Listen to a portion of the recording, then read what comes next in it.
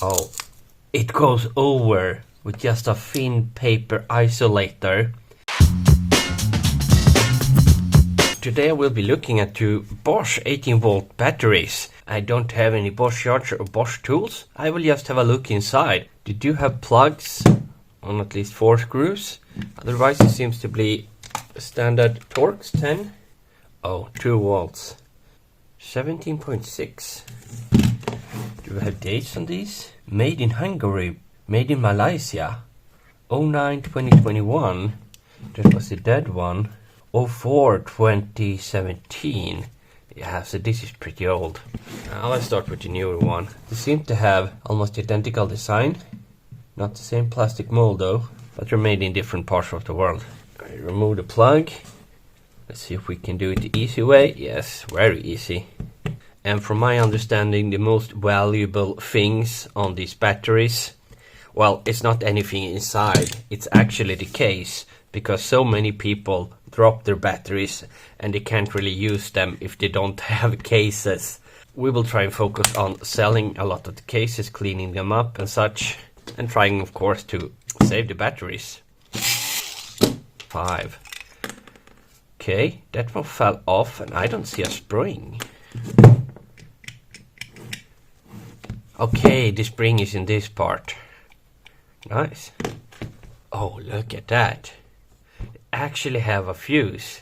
Is that replaceable? How is it connected to those caps? Surely it's connected by more than pressure. And what a tiny PCB. Yeah? Oh, that one fell off. Oh, that one says charge, that one says NTC, and that one says loot or tool. And that one says U-Butt, and that one's ground. Negative, positive, communication, NTC, and charging. Does it have wire going to the cells? You can see a wire here. Yeah, it has wires to the cells, because that's not always given on the power tools. So we can measure the cell. 3.5. Wait, that is the negative. Oh, it goes over with just a thin paper isolator. And if water gets in here, the paper could be gone. That's not good design. That's pretty scary. And it's not like it's thick paper either.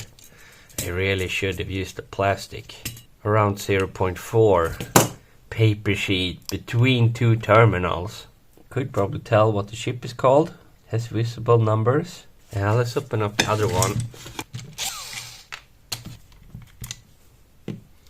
Okay, also seems to be Samsung 25R.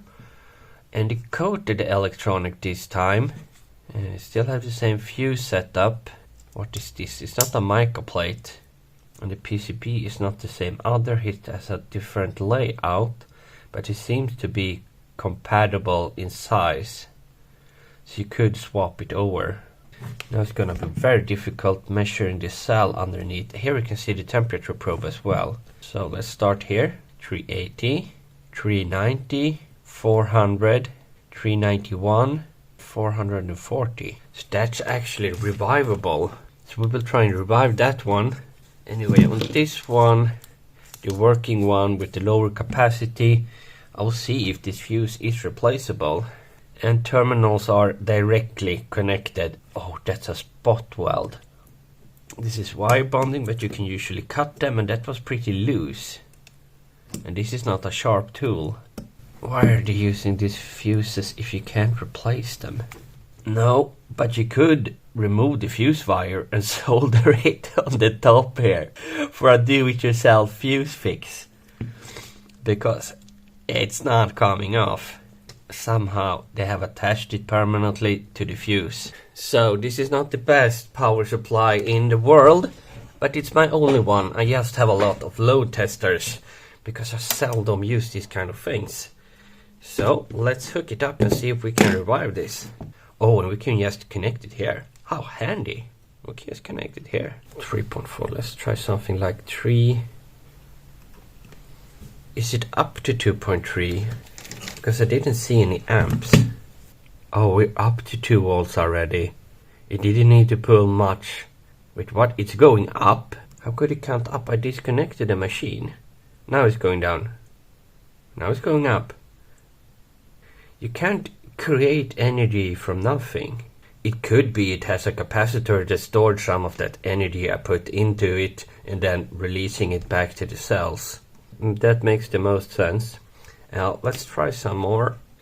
Did the Bosch battery destroy my fine long way machine? Let's connect it and see if it wakes up. No, it can sense voltage. Oh. We just put 9 volts into here. It has 6 volts, so let it rest for a while. But current, it moves fast. Yeah, let's continue with 8 volts. Let's just check the cells and see if everyone is equally high. 1.7, 1.7, 1.7, 1.7, 1.7. So that's actually pretty good. Let's do a little bit more. This battery really wants to live. We won't be able to put them into a charger because we don't have any Bosch charger, and I don't think they are compatible with any other brands. Now once we reach around 2.5 volts per cell, it's gonna take a while to get the rest of the time. They are still hungry, but there's a lot more food on the table to eat. So I will adjust this a little bit every minute or so.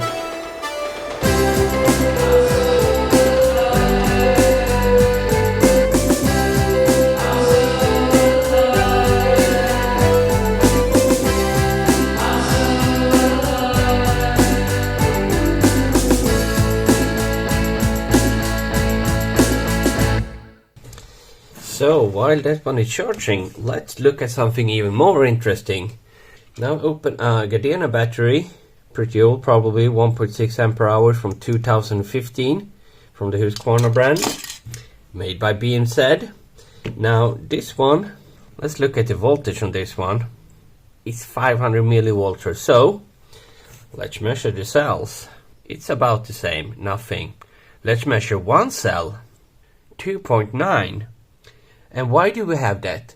Because they don't use a fucking BMS on BMZ. All they use is a temp sensor and a resistor for some reason when dealing with lithium-ion batteries.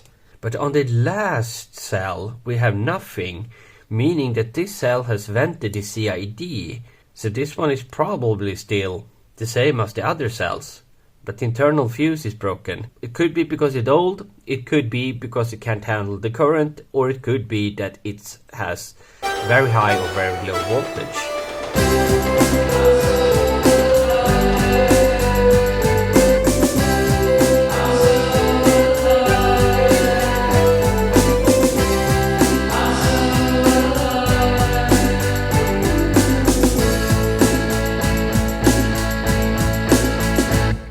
We're at 15 volts now and holding.